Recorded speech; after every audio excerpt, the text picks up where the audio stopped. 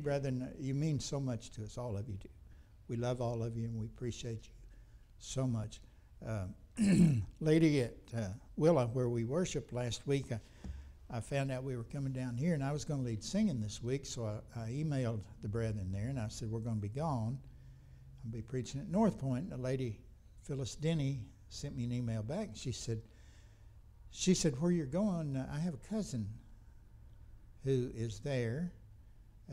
And she said, I think her husband preaches there. Their names are Phil and Janet Smith. And I wrote back and I said, you just blew our minds. They're two sweet people. We know them.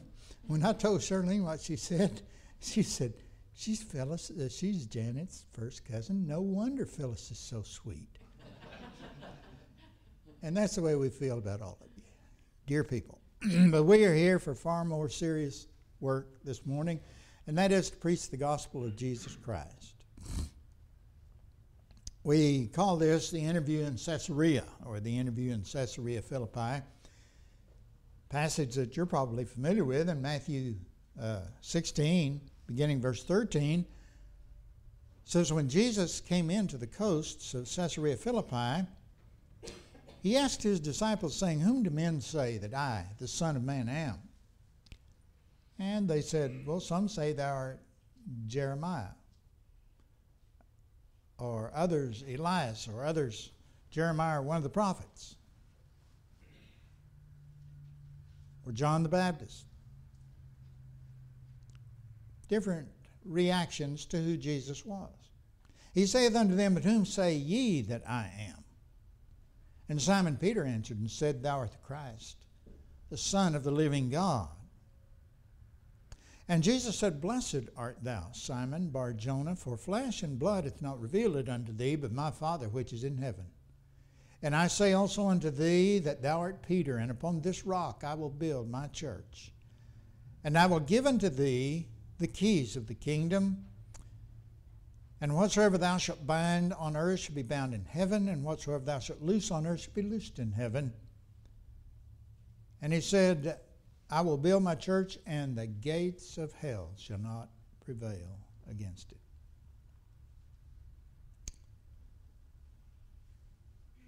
It's interesting that at this time, Jesus introduced this conversation that they had there with a question. How many times have you read in the New Testament where Jesus gets people interested in things with a question? That's a good way to teach. There are many questions that are found in the Bible. In fact, Paul introduces the 6th chapter of Romans with a question. What shall we say then? Shall we continue in sin that grace may abound? Think about that. A question is a good way to teach, and Jesus begins this conversation with a question. And they came into the coast of Caesarea Philippi. He said, whom do men say that I, the Son of Man, am? What have you heard about me? Who are they saying that I am? Now, my friends, Jesus did not ask that question to get information. He already knew.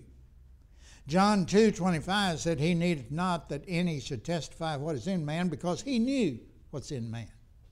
No one needs to testify of man. Jesus knows what's in man. He knows our hearts. He knows our thoughts. He knew what people were saying. So he didn't ask that question to elicit information. He didn't say, tell me something I don't know, because he knew. He knows all things. But he had a purpose in asking that question. He asked it to impress a truth upon his apostles about himself. Their answer, well, they had been traveling up and down. Some say thou art John the Baptist, some Elijah, others Jeremiah, or one of the prophets. That's in Matthew 16:14. That was their answer. Who do men say I am? Well, some say you're John the Baptist. Some people think you're Elijah. Others think you're Jeremiah or one of the other prophets. They had been traveling up and down the paths of Palestine under the limited commission, and they knew what people were saying. Well, I think it's John the Baptist. Could this be John? What about Elijah? People were talking.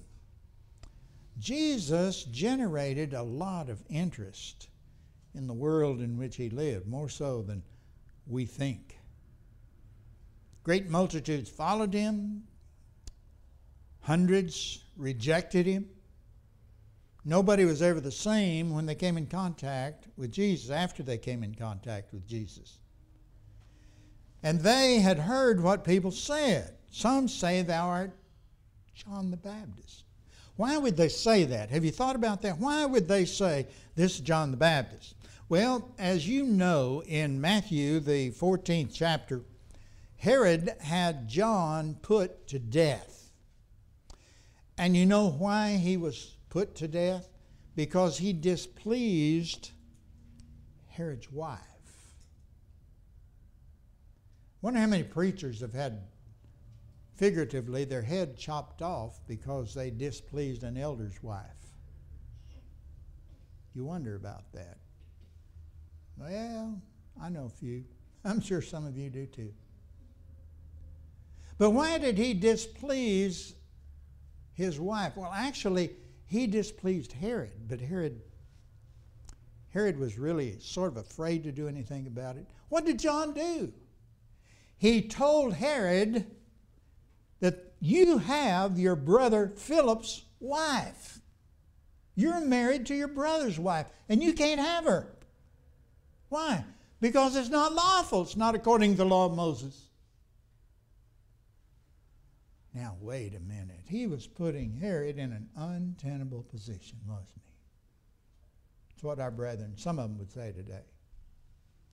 You know, God's law of marriage and divorce is very simple. And I really get tired of hearing brethren say, well, what about if this scenario took place? Or if Jesus said there is one cause for divorce. Fornication. If you divorce for a reason other than fornication, you marry another, you're living in an adulterous state.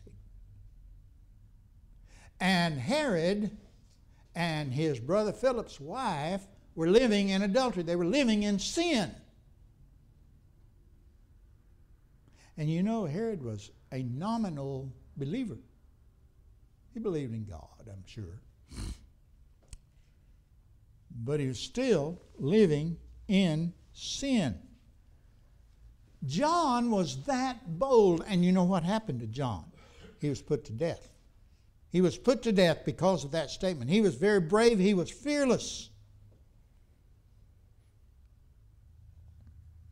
And at one time, when Herod, after he had put John to death, and he heard about Jesus, now understand, Herod was nominally a Sadducee. He wasn't supposed to believe in the resurrection. Sadducees didn't believe in the resurrection. But when he heard about Jesus, he said, this is John the Baptist risen from the dead. Why did he say that? He had a guilty conscience. He had John put to death at his wife's request. But believing that Jesus was John didn't make him John. You can believe what you want, but unless you believe the truth, your belief doesn't make anything right. You can believe that north is south, but believing that doesn't make north south. Doesn't change a thing. Believing that Jesus was John would not save anyone. Jesus was fearless as John was fearless.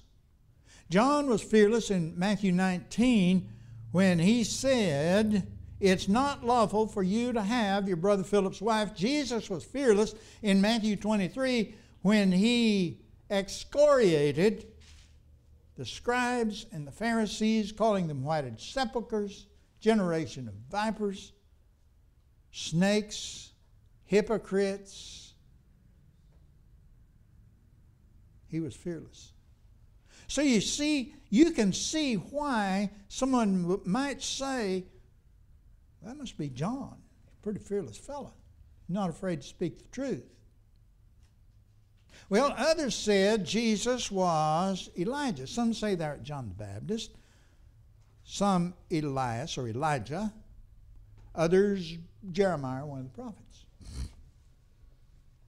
Elijah was a very bold, fearless prophet. You remember on Mount Carmel when he took on 400 false prophets of Baal in a contest?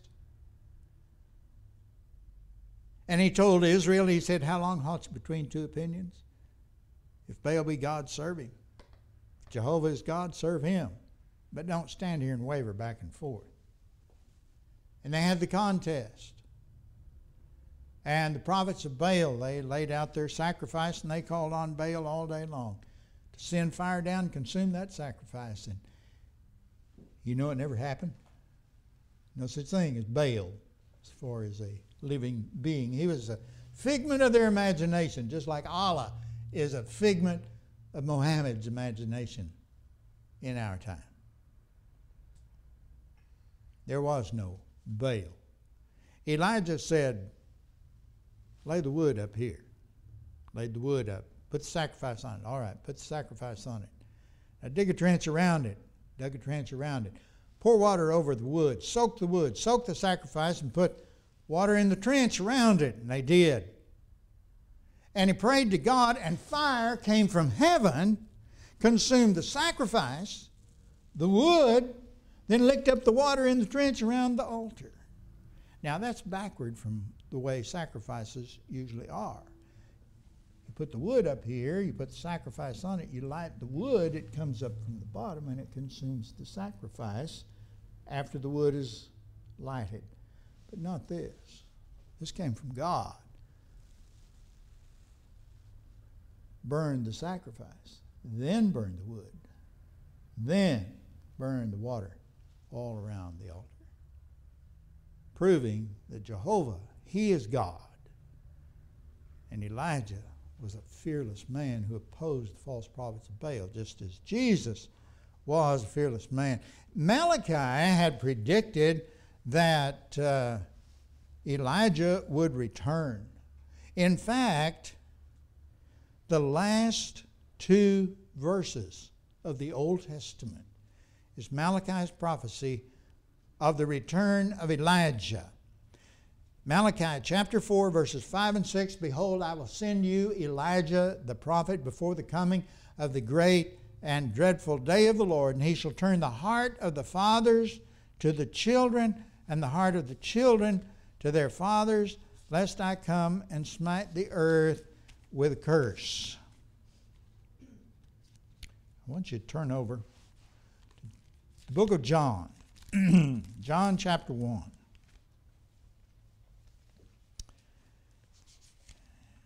I'm sorry. Not John. We want to look at Luke. Look at Luke, very first chapter. We have there the account of the birth of John the Baptist.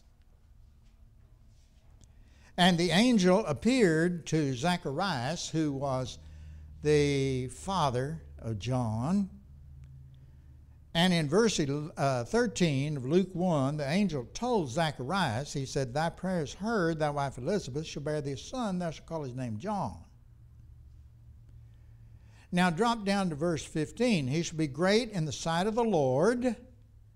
He'll be filled with the Holy Ghost from his mother's womb. And many of the children of Israel shall he turn to the Lord their God.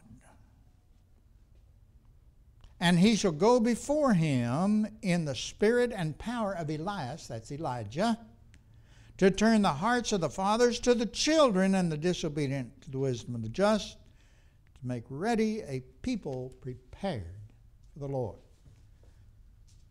Go back to Malachi. What was Elijah to do? Turn the heart of the fathers to the children.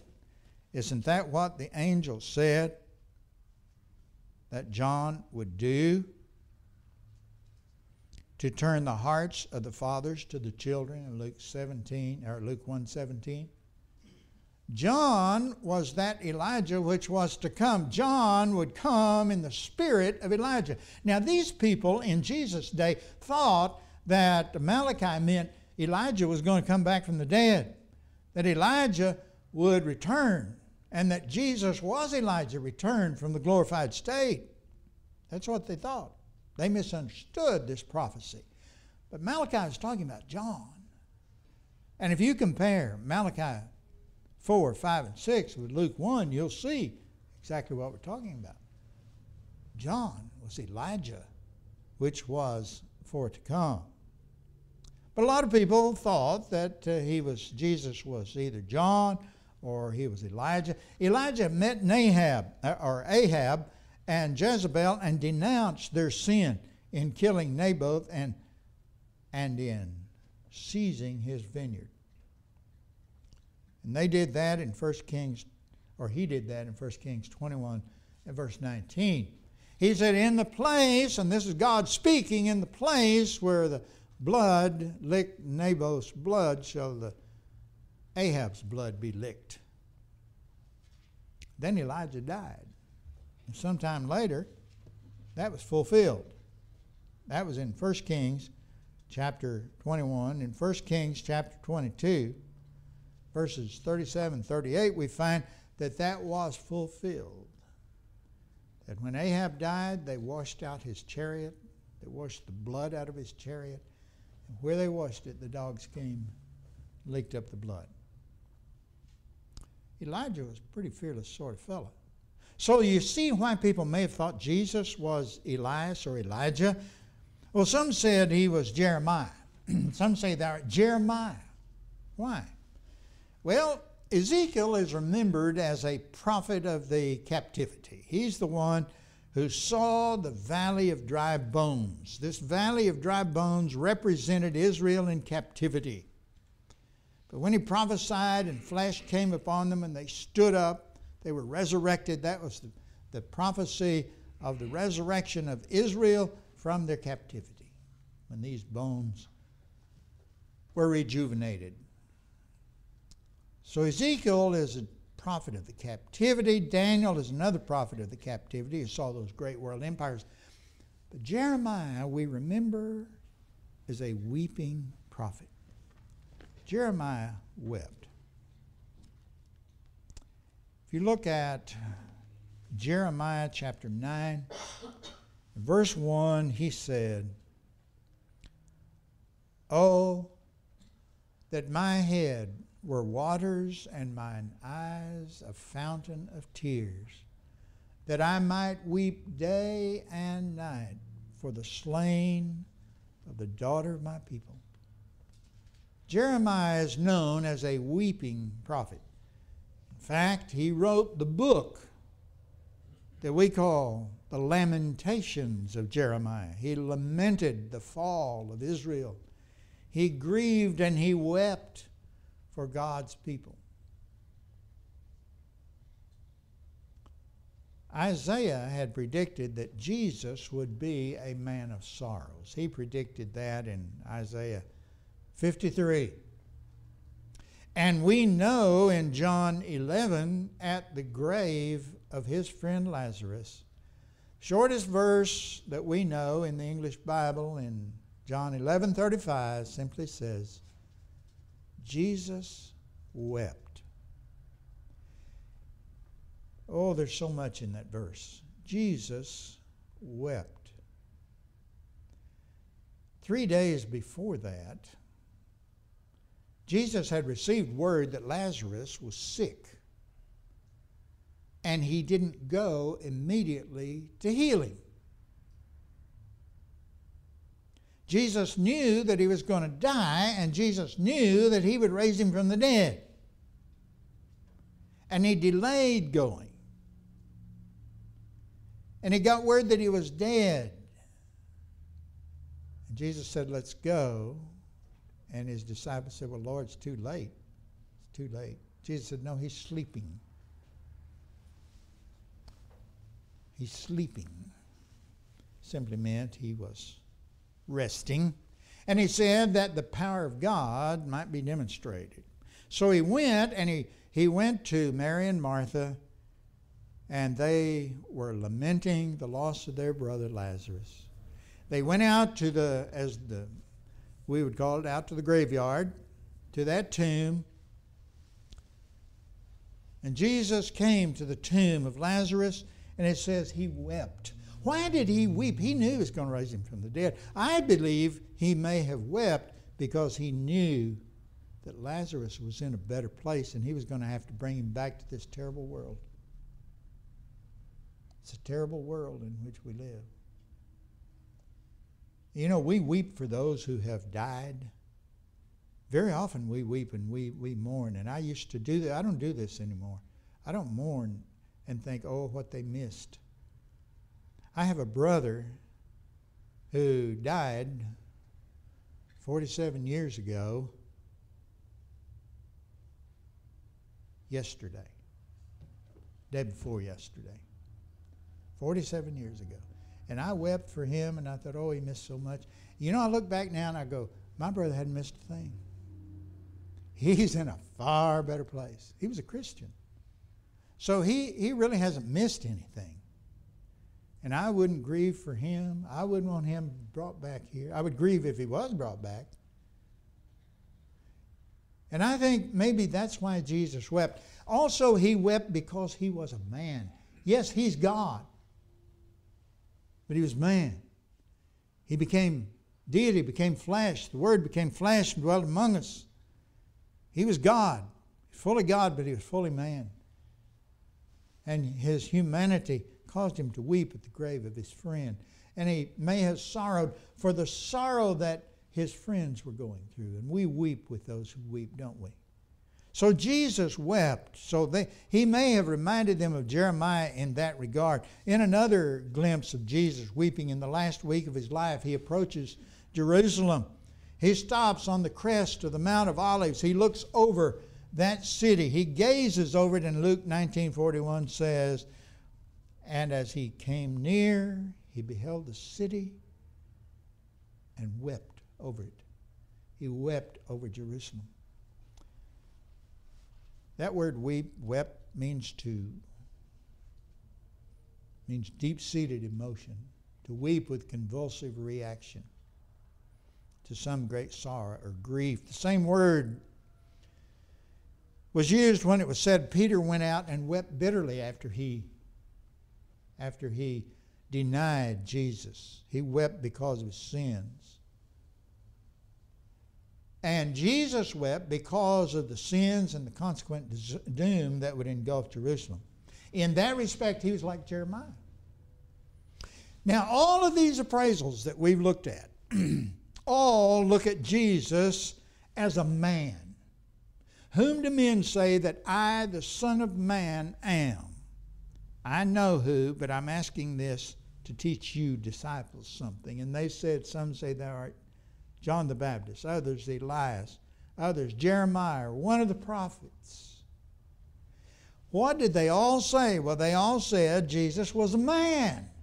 Prophetically endowed, they believed, but still a man.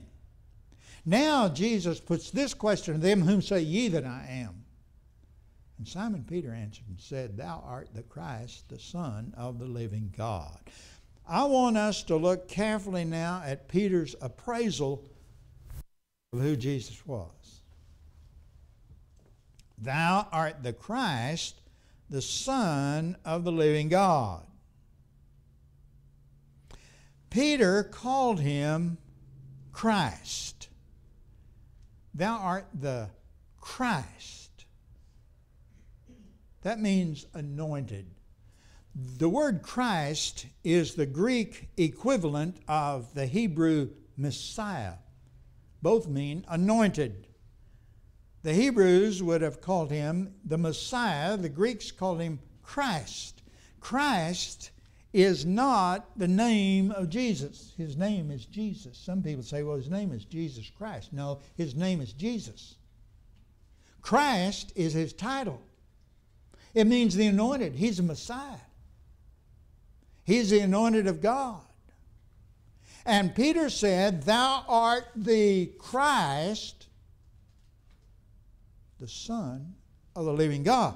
Now, Peter didn't just say you're the Christ, you're the Messiah, you're a man, you're prophetically endowed like all these other people is. Peter goes even further. He said, thou art the Christ, a man to sit on David's throne, your deity, the Son of the living God. Thou art the Christ, the Son of the living God. So Peter confessed something there, perhaps for the first time in the New Testament that we've seen. Jesus as a man and as God. Jesus once asked his enemies a question in Matthew 22:42 through 45. He said, "What think ye of Christ? Whose son is he?" And they say unto him, "The son of David." Why, that he's Christ. Now, he's not saying, "Who am I?" because he was referring to his enemies. They were talking about their concept of who the Messiah would be when he came. They didn't think Jesus was the Messiah. Jesus said, "Well, what do you think of Christ? Whose son is Christ?" And they said, "Well, David's. He's going to be a descendant of David." He says unto them, "How then doth David in spirit call him Lord, saying, The Lord said unto my Lord, Sit thou on my right hand, until I make thine enemies thy footstool." If David then called him Lord, how is he then his son? If David calls the Messiah, the Christ, Lord, how can David be his son? Well, they fail to understand that as a man, Jesus was David's son, but as the Son of God, he is David's Lord. But Peter understood that. He understood that by what he replied. "Thou art the Christ. You're the Messiah, Son of David, Son of the living God. You're the Messiah. You're human, but you're also deity. You're David's descendant, but you're David's Lord." That's what he was saying. He understood Jesus, human, divine, Messiah, and the Son of the living God. Now look at Jesus' reply to Peter's answer. He didn't correct him, did he? Peter said, "Thou art the Christ, the Son of the living God." You're the Son of God. And Jesus didn't say, "Wait a minute, Peter, you're back up there. I'm not claiming to be the Son of God." And you know there are people who say Jesus never claimed to be the Son of God. They're absolutely telling a lie. Of course he claimed to be. He implicitly claimed to be here. He implicitly asserted here that he's the Son of God. He didn't correct Peter. Peter said, "Thou art the Son of the living God." And Jesus didn't correct him. If Peter was wrong, wouldn't Jesus have corrected him? Well, of course he would. And Jesus later told his apostles in John 14:2, "In my Father's house are many mansions." Who's he talking about? He's talking about God. He's claiming to be the Son of God. And Jesus said, "Peter, your information didn't come from man. Some man didn't tell you this." You know, there's sort of a parallel here between what Jesus said and what Paul said in Galatians, the first chapter. Paul began Galatians by saying, "Paul, an apostle of Jesus Christ, not of men, but of God, not by man, but by the revelation of Jesus Christ." What he was saying there is that he was an apostle who was made an apostle by Jesus Christ. That his revelation didn't come from men. He didn't learn it from other apostles in Jerusalem, that he received it from God.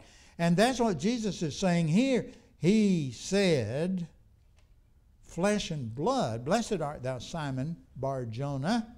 Simon, son of Jonah. Bar-Jonah means son of.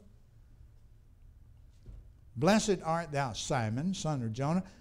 Why? Because flesh and blood hath not revealed this unto thee.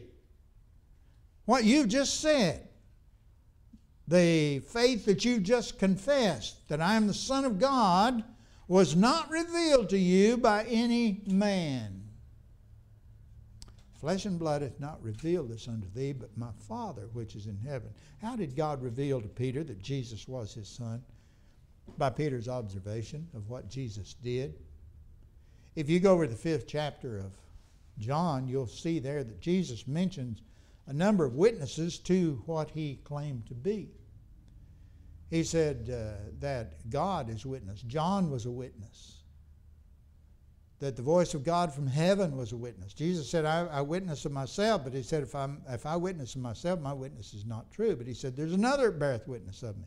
He didn't mean that if he claimed something, that it wasn't true. He simply meant if he was the only witness, because he was talking about the law that said, let every word be established in the mouth of 2 or 3 witnesses for it to be true. Jesus said, there's John. There's the works that I do. They bear witness of me. What had Peter been observing? The works Jesus did. The things Jesus taught. And Peter came to that conclusion logically. This is the Son of God. And that was revealed by God himself. Having established then that fact firmly in the minds of his apostles. It's established. He says, I'll build my church. Makes a promise. I will build my church. Still in future tense here. It hasn't come. And he said the gates of hell shall not prevail against it. Well, the gates of hell, the word there is Hades. It means the realm of the disembodied spirits of men, where people go when they die. It's described in Luke chapter 16, verses 19 through 31. Where Jesus tells the account of the rich man and Lazarus, one in torment, one in paradise, or Abraham's bosom. Both are in Hades. That's what Hades is. It's where the disembodied spirits of men go, either to torment or to paradise. And so Jesus said the gates of hell, or Hades, would not prevail against it. He meant he's going to die. But I'm going to die, but my death, Hades, my assignment to Hades, my consignment to Hades by the unbelieving Jews at the hands of the Romans will not prevent my building my church. And he says, I'm going to do it. I will build my church. Death is not going to prevent that. Let me tell you this. The only religion on the face of the earth that was established by its founder after he died is Christianity. Muhammad was dead, or Muhammad established his religion before he died, not after he died. Joseph Smith established his religion before he died. You take any other person on the face of the earth, any other religion, you take any denomination, they were established by their founders before their founders died. They couldn't establish them after they died, but Jesus Christ did. He rose from the dead. After he died, he established his church on the day of Pentecost. After he died. And that's what he meant when he said the gates of hell, the power of death, the power of Hades shall not prevail against it. What? Against the church, against my building the church. I will build. And the gates of Hades shall not prevail against it. I will build my church. He is the head of that church. He is the head of the body. Colossians 1:18. Ephesians 1:22 and 23. God gave him to be the head over all things to the church, which is his body, the fullness of him that filleth all in all. There are a plurality of local congregations, but there's only one church. When Paul said the churches of Christ salute you, he was referring to various congregations of the same church. When you find some organization that's larger than the local congregation and smaller than the church universal wearing the name church, then you found something that's unknown in the New Testament. That's a denomination. The church was established by Jesus Christ on the day of Pentecost. And on that day, the Apostle Peter preached the gospel sermon for the first time, and on that day, 3,000 people became Christians, were saved from their sins. That's a simultaneous thing. You become a Christian, you're saved from your sins, and the Lord adds you to the church that he established. Maybe that's your need this morning. If it is, we hope you will respond to the gospel call, that you will obey the Lord in faith, repentance, confession, and baptism. Will you do that? While together we stand and sing.